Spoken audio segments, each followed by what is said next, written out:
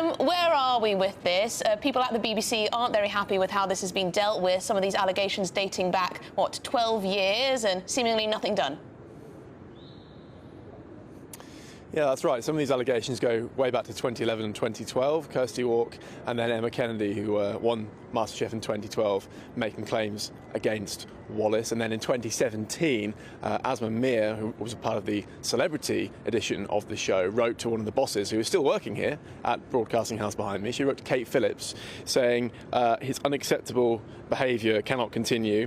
And just get the quote here, should anything happen in the future, this is Asma Mir in 2017, should anything happen in the future, I don't want to feel guilty when people say, why wasn't anything said before, or for producers or editors to claim they didn't know. And we subsequently heard more complaints in 2022, so there does seem to be a pattern here. Now, of course, you just play the clip of Gregg Wallace and his legal team, and he himself thoroughly deny all of these allegations. I'm sure that phrase, middle-class women of a certain age, may come back to haunt him if this continues. And as you say, this is the tip of the iceberg. That perhaps is not the wisest choice of words, but we're in a bit of a blame game here because the BBC are really pointing the finger at the production company.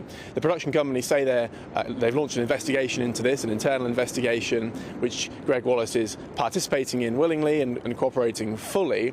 But as you say, this appears to be a growing trend here, and he says, or as you argue, he might say it's really a sort of class thing, and he's just a working class kid who grown up in the East End and is prone to coarse language. But these women and this pattern of behaviour suggests it goes a little bit further than that. Again, he denies it all. And we'll just wait to see the outcome of that investigation. But it's a real PR headache for the BBC either way, because we've been here before, haven't we?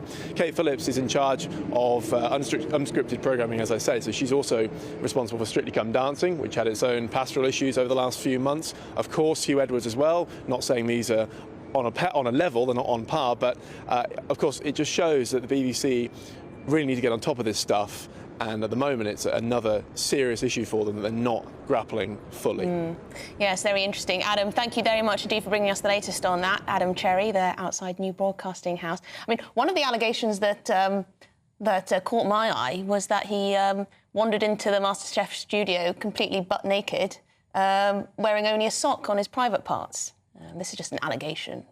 It does seem rather peculiar. Yeah, is that a suitable thing to be doing in the office? I wouldn't imagine so. You haven't done that, so... I haven't done that. So no. He shouldn't either. No, I don't think that's the bar, but... Sorry,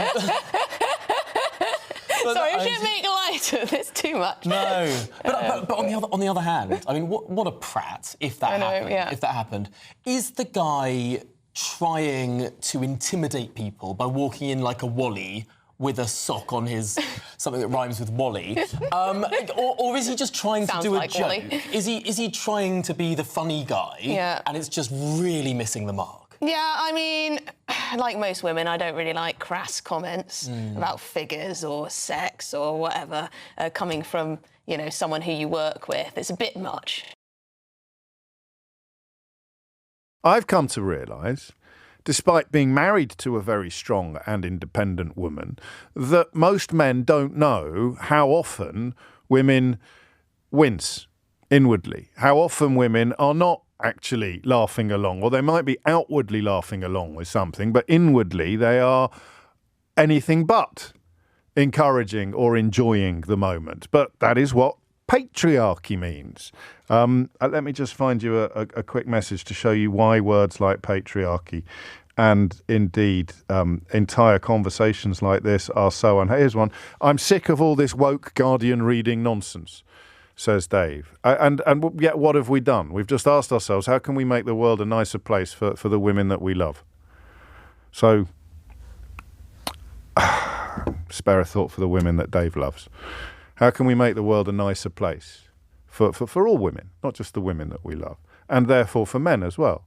And this is where I'd say I'm categorically not victim blaming, that you fully understand why you wouldn't speak up. Imagine you were a woman on set with Gregg Wallace, and he said something that you found both inappropriate and unwelcome and outrageous and obnoxious.